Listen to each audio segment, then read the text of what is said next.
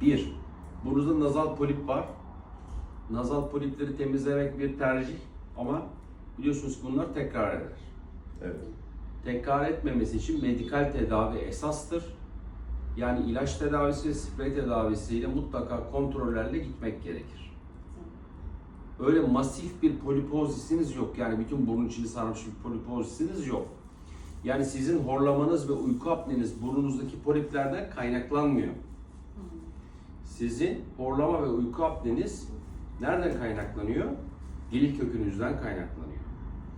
Ağzınızı açıp baktığımızda ne görüyoruz? Ağız bölgenizi nasıl değerlendiriyoruz? Mallampati indeksi denen bir indeks var. Yani normal, sağlıklı bir insanın, morfolojik yapısı normal olan bir insanın ağzını açtığında aslında yumuşak damağını, küçük dilini, bademciklerini görmemiz gerekir. Sizde bunu görmüyoruz. Çünkü bu sizin dil yapınız, dil kökünüz büyük dilinizden kaynaklanıyor. Başka neden kaynaklanıyor? Morfolojik problemler. Horlama ve uyku apnesinin temeli.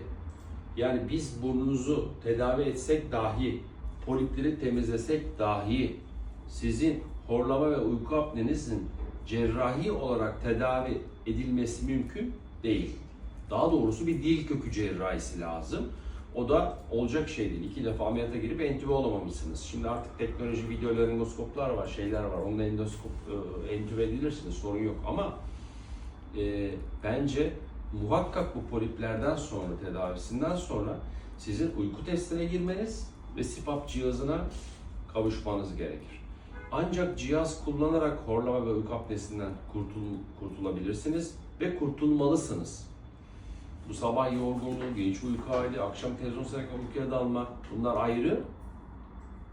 Nabızdaki değişiklikler, aritmi, tansiyon değişiklikleri. Çünkü uyku apnesinde oksijen kesilmesiyle beraber satürasyonun düşmesi, beyin sağlığınız, kalp sağlığınız, koroner, prostat, göz tansiyonu. Bunlar hepsi aslında zincirleme bir reaksiyon şeklinde sizi tetikleyen olaylar. Ben şimdi burnunuzu tedavi ediyorum ama hızlı bir şekilde uyku testi ve CPAP cihazı.